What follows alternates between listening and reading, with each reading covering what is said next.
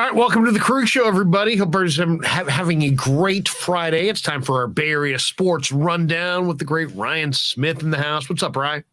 Oh, man, still glowing after last night. Very excited to get into this rundown. Seriously, last night was fun. Yeah, and let's just kick it off with that. First topic is just, Warriors back in the finals. We've had a night to mull it over. Anything you want to say, any profound, 1,000 feet up, looking at this whole landscape 6 times in 8 years, something only the, great teams have accomplished. And yeah, I mean, I think, we talk so much about the players. We talk so much about Kerr and the coaching staff. The guy who I think really deserves a huge amount of credit here is Bob Myers.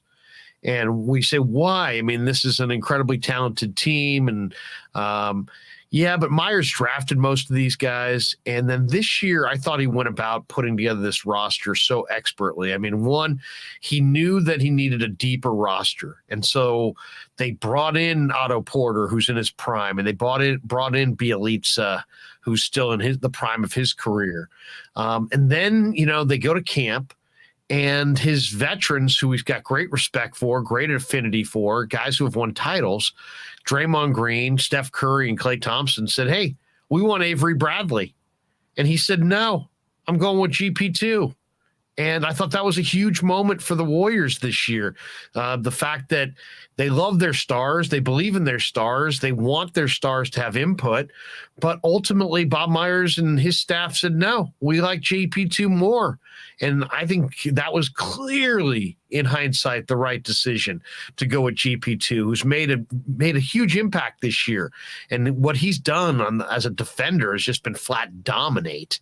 So that was huge. And then at the trade deadline, when everybody and their brother, from every Bleacher Report article to everybody else, they have to trade Wiseman and Moody, or Wiseman and Kuminga, or Poole and Moody. They got to take their young talent. They got to roll it over for Bradley Beal. And he resisted the urge to do that. And so where are they now? They're a team with a championship window that's open, that they're a deeper team because he didn't make that trade. They're a lethal team offensively and defensively because of the addition of GP2, Otto Porter, Bjelica. They're deeper than ever. They were deeper than the teams they've played thus far. I think they're going to ultimately win again in the NBA Finals because I think they're going to be deeper and healthier than their opponent. So credit Bob Myers. I mean, he put this team together well. He stood up to his stars. He stood up to the common wisdom around the league that they needed to parlay these young players into one veteran piece to really go for the title. Heck, Andre Iguodala was critical of the Warrior front office and how they played their hand, and they should have done this, and they disrespected this core by not, and Myers basically when that whole thing came up, did he attack Iguodala? No. Did he make it a big firestorm? No. They just kind of we disagree, and they moved on. They didn't allow it to be a subplot or any kind of a story. When Draymond, went and was critical of him early in the year, he just kind of water off a duck's back, kind of ignored it, and just that whole thing was diffused. So I just think Myers he knows his players, he knows his team, he's been through these battles before, and he put his imprint on the thing this year, and I think his imprint has meant a ton to their success this year. Yeah, absolutely. And just quickly, I mean, I'm just thinking about just whether they win this finals or not. Think about the fact that Jordan Poole, Wiggins, all this, Kuminga, Moody, heck, even Wiseman's going to be there to experience it. They're all going to get that little fairy dust that happens when you go and you experience an NBA Finals, because you don't really know what it's like. But once you're there and you realize that you can be out there and contributing to a finals team, I mean, just think about the 2015 Warriors. They finally made it there. I think we can all agree they seemed a little nervous. They didn't quite have the poise that LeBron had. They got down 2-1, ended up winning it. But that next year, boom, 73 wins. Everybody went up a level. Same thing you kind of saw with the Suns during the regular season this year. They finally made the finals. All those guys were confident. They felt, although they ultimately ended up, botching it, but still, it's just that little magic dust. And I think we're setting up for a Spursian type situation with all our young guys and the way that they built out the roster. So yeah, awesome. He understood the nuances of roster creation this year, and he made every right move. He really did. Absolutely. Okay, now on to our San Francisco Giants, who we thought that, the season was falling apart. And guess what? We won 2 out of 3 versus the Mets. The offense picked it up. Jock Peterson going crazy. So now we're going on a little bit of a road trip now. We got 3 games in Cincinnati starting today. Rodon on the bump. Then we go to Philadelphia. So this is the pitching matchup. So we got Rodon versus Graham Ashcraft. Then we got Alex Wood going tomorrow, the TBD for the Reds. And then on Sunday, we got Cobb versus Tyler Mahle. So I just am asking, what are your expectations for this road trip? I really think the Giants are going to lay waste to every non-contending team out there. So the best teams in the league right now in the National League, Dodgers, Padres, Mets, Brewers. Everybody else, I think, is worse than the Giants. And I think the Giants are going to have a above 500 road trip. They're going to need to hit in Cincinnati and Philadelphia. Those are live yards. Philly's got a terrific lineup. They're going to have to score some runs in those 2 spots. But I think we saw it at the end of this homestand that the bats are starting to warm up a little bit. And the Giants, Farhan will continue to juggle making maneuvers as this season goes to try to give his team all the advantages he possibly can. But I just think that there's a clear delineation between the haves and the have-nots in the National League this year. And the Giants are right there in that group of haves. They're on the tail end. They're not with the Dodgers, Padres, or Mets right now. They're not with the Brewers. They're a little bit of a cut below them, but they're several cuts above the rest of those NL teams. So I expect them to have a very successful road trip, and I think it starts tonight in Cincinnati. And the key is, to me, count how many times the Giants play from the lead on this road trip. That I think will have a direct relation to how well they do. Yeah, and I really hope Rodon can get it back on track. Maybe have a nice 6-7 innings, 10 strikeouts, maybe one run. That'd be real nice. All right, Oh, you know what? Let's pay the bills. Sounds good. We'll take a break for just a second to pay our sponsors. We'll be right back with the Bay Area Sports Rundown on this Friday. And thanks to Tony Cassera and the good people at Cassera's Italian Menswear. They are housing the Krueg Show t-shirts, and they're a proud sponsor of the show as well. The Krueg Show t-shirt, the Krueg Show podcast t-shirt is available there at their store in Dublin. Their address is 7372 San Ramon Road in Dublin, California. And go see Tony Cassera and get yourself a Krueg Show t-shirt and support the show. And special thanks to our sponsor, New York Style Italian Sausage. That's right, NewYorkStyleSausage.com is their website. Phenomenal product, whether it's the breakfast sausage, the Italian mild, the Italian spicy, the chorizo. You cannot go wrong with New York Style Italian Sausage. Once again, NewYorkStyleSausage.com, often imitated, never equaled. And they are a proud sponsor of the Krueg Show. Thanks to them as well. Welcome back to the Krueg Show, the Bay Area Sports Rundown on this Friday. So far, we talked a little Warriors, we've talked a little Giants. We're going to get into the Niners and look ahead to the finals. But first, one more word from our sponsors. Larry Krueger here for Telmetrics. Thanks to Casey Bateman and the good people at Telmetrics. If you're an occupational therapist, if you're an orthopedic surgeon, a chiropractor, a physical therapist of any kind, Telmetrics is designed for you to use in your practice and will greatly benefit your patients. Telmetrics uses computer vision and artificial intelligence and provides a platform for outpatient rehab therapy services, both in the clinical and the telehealth environments. So using Telmetrics can improve your patient's experience and much more. So for all your sports injury needs, or if you're a physical rehabilitation specialist of any kind, make sure you use Telmetrics.co, Telmetrix.co. And thanks to Casey Bateman and all the good people at Telmetrics for being a proud sponsor of the I'd like to thank our sponsor, Dan Coach Emilio. Dan is a buddy, and he is a phenomenal retirement planning specialist. And you can contact him today at securemoney.com or at his number, 925-628-9966. There's a lot of uncertainty in our world right now, and you want to make sure that your money is secure. That is the key. Danny's got 25 years of experience, born and raised right here in the Bay Area, and he can help you get an immediate 10% premium bonus on your principal retirement account. So give him a call, 925-628-9966. He'll make an appointment with you, and you can sit down. It's not a one-size-fits-all kind of a deal. He'll consult with you and come up with a strategy to get you going to where you want to be. Once again, 925-628-9966, securemoney.com on the web. And thanks to Dan Coach Emilio and all the people at Secure Money for being proud sponsors of the Krueg Show. Welcome back to the Krueg Show. Before we get to our next headline, let's hit the chat for just a second. Todd McLean says, Larry's king, but also enjoy Ryan's takes. When Dan Coach Emilio's on, can we have less Dan and more Ryan? Oh, come on, let's not be harsh to Danny. But he says, by the way, love hearing Ned Colletti's perspective when he's on. He's so open and informative. So we do appreciate everybody listening to all of our stuff on the Krueg Show. And yes, we will be on tonight with Ryan and Danny. I'm not sure if Ned will be with us tonight or not, but we'll be on tonight after Giants-Reds game one of the road trip. So right around 7 o'clock Pacific, we'll be on for a little Giants postgame. But now back to the headlines. Yeah, thanks a lot, Todd. All right, moving on to Trey Lance. I wrote down Trey Lance taking over. I think there's kind of a feeling right now. I mean, I'm seeing it in social media, even listening to guys like George Kittle being interviewed on big podcasts like Part of My Take.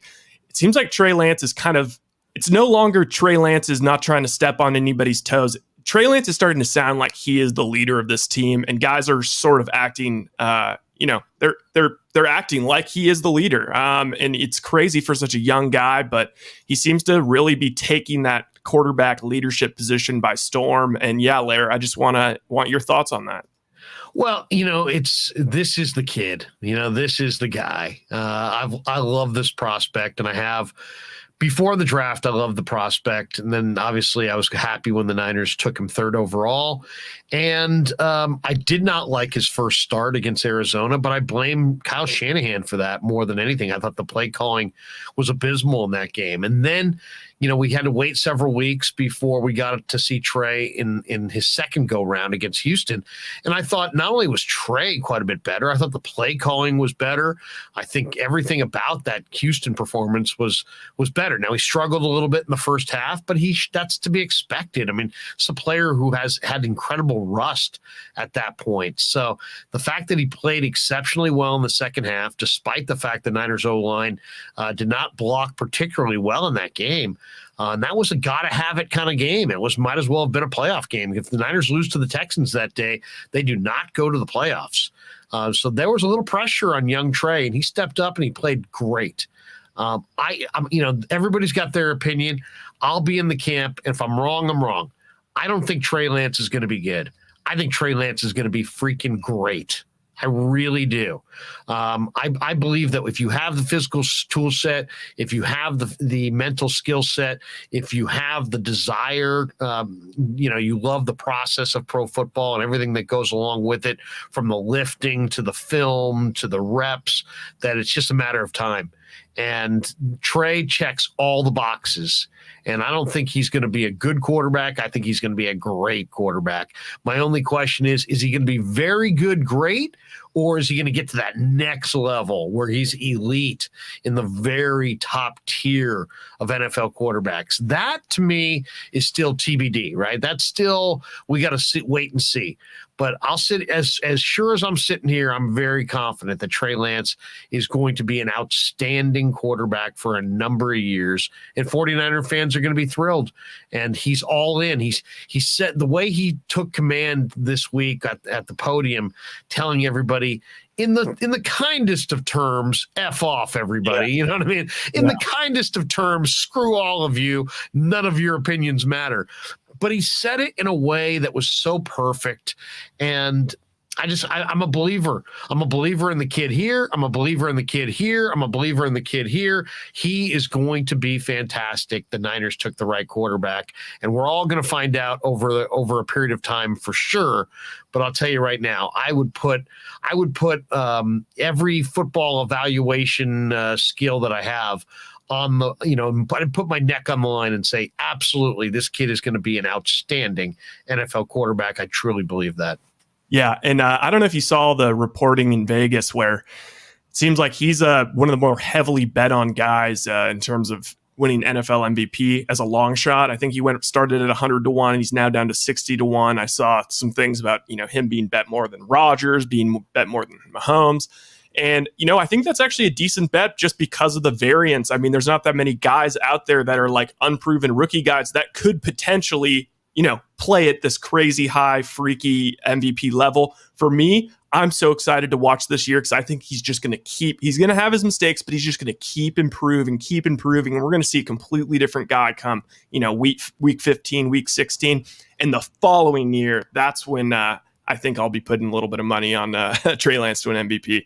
So yeah, button that up. And then, you know what? On to, it seems like a little bit of a fait accompli, but we still got a game 6 tonight. I mean, I'm hearing all the national guys essentially assuming it's going to be the Celtics. I believe they're an 8-point favorite tonight at home.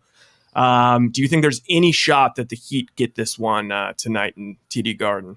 Well, they're going to fire a huge first quarter effort for sure. The Heat are battle tested. They're tough. They're resilient. They're going to come and fight. Boston's going to win tonight, but they're not going to win because the Heat don't show. The Heat are going to show. They're going to test Boston. They're going to push Boston, and Boston's going to rise to the occasion and finish them out. The bottom line with Miami is this is a war of attrition. Another reason I like Bob Myers and the job he did with the Warriors this year is that some years it's stars, but some years it's just who's healthiest at the end. And the NBA is a war of attrition, and Kyle Lowry's dinged up and Jimmy Butler's dinged up. And, Miami is just not anywhere close to 100%. I think Boston's healthier. They're not truly healthy, but they're healthier than the Heat. And I think that will be enough for Boston to get beyond Miami. And I think Boston fires a big second half. I think it's a pretty close game until the fourth quarter, and then Boston pulls away. So I like the Celtics to end it tonight in front of their raucous home crowd. Yep, I think we can both agree on that. And I think even, if somehow by some miracle, the Heat fully empty the tank or they empty all their ammo on the Celtics tonight and get a win, I just don't see them being able to turn around 2 days later and win on Sunday. So I think it's pretty safe to say we're going to see the Celtics. And with that in mind, what are your early keys to the finals? I mean, we're going to have a lot of time to analyze this, but, think about it. We got all of a sudden reports are GP, likely to be back for the finals, possible return even by game 1. Otto Porter likely back. Andre Iguodala likely back. So yeah, Larry, I'd just love to hear your initial keys to the finals. Well, I like the Warriors to beat the Celtics in 6. And the thing about this one is Boston doesn't have a primary ball handler. I mean, who's their primary ball handler? Marcus Smart? Yeah. The Warriors getting GP2 back is huge because he can put pressure on good ball handlers, and Boston doesn't have good ball handlers. The other reason I really like Golden State is they're going to the glass as a team. They're rebounding. Yep. Steph's rebounding. Clay's rebounding. Poole's rebounding. They're getting rebounding off the bench from guys like Bielitsa, Porter. To me, if you say, give me one factor of why you like Golden State, because Andrew Wiggins and Kevon Looney are number 1 and number 2 among all the players left in the playoffs in offensive rebounds. Wiggins has 41. Looney's got 40. When you got those two guys going to the offensive glass and crashing the offensive glass and impacting the game so severely on the offensive glass, and you've got a backcourt like Steph, who's an excellent rebounding point guard, and Klay Thompson, who's always been a good rebounder for the most part. I like Golden State to win on the glass. I mean, that's why they've won on the glass so far. Boston's bigger and will present more of a challenge on that front. But the Looney, Wiggins offensive rebounding, to me, makes Golden State the best team left. And I think that's going to be the difference. I like Golden State. It's going to be hard fought. Boston's home arena with their fans going crazy. That's a cauldron of hostility. But I still like Golden State to win this series, and it will be because of the offensive rebounding of Looney and Wiggins. Okay, and then you know what? I have one last kind of bonus question off of that. So sure. So I believe this is now 24. I want to say, don't quote me on this, but it's in the 20s of straight playoff series where the Warriors have stolen a road game. Will the Warriors steal a road game in Boston? Is one, and then number two, they've yet to lose at Chase Center in the playoffs. In the history of the Chase Center, which is really just this season, they've yet to lose at home. Do they surrender a game at home versus Boston? So yes and yes. Yes and yes. I agree. Yep. I think it's 2-2 going to game 5, and I think they'll split at home and split in Boston. I would not be surprised if Boston won game 1 in Golden State, and then the Warriors win game 2 to make it a 1-1 series. The Warriors win the first game in Boston to make it 2-1 Warriors. Boston evens it up at 2-2. Golden State comes back and wins game 5 and then finishes it in 6. So that's how I see it. I see 2-2 going to game 5 and the Warriors winning in 6. Yeah, I think that's I really think that both of these teams have kind of shown throughout the playoffs that they could win on the road. And yeah, I think I think this is going to be an epic finals between two teams that are very evenly matched, one younger, one more experienced. We've got home court. I think ultimately that's going to prove to be the edge for the Warriors, is having the home court and the experience. But otherwise, man, this is going to be one heck of a matchup.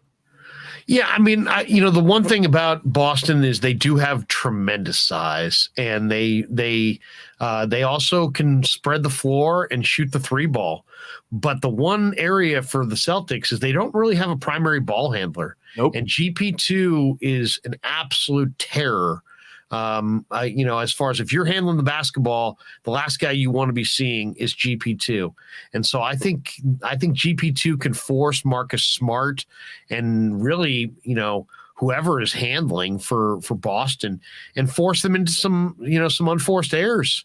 They can, force them into being uncomfortable where they get to the point where they're starting to kind of feel the pressure of Peyton. Peyton is an incredible on the ball defender.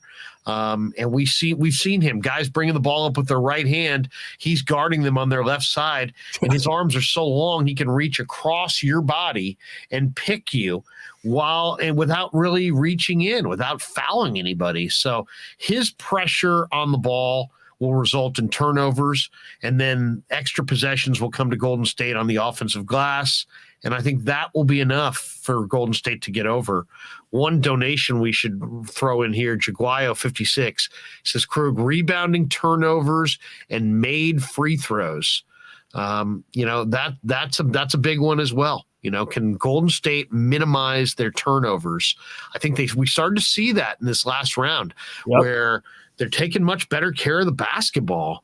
And I think that's going to be the key factor in the finals, is how well Golden State takes care of the ball against Marcus Smart, who's one of the more tenacious, aggressive defenders on the ball in the entire league. Oh, absolutely. So I think that was a great preview. I'm loving this Bay Area Sports Live rundown format. And yeah, everybody in the chat, let us know if you really, enjoy this format, kind of a quick hitter, jumping on everything in the Bay Area. And so, yeah. Tell us also, people can, click and, subscribe and like, and, but also if people want to check out the audio podcast, this is all available in audio form as well. Huh, right? Yeah. Yep. Anywhere you get your podcasts, Apple Podcasts, Spotify.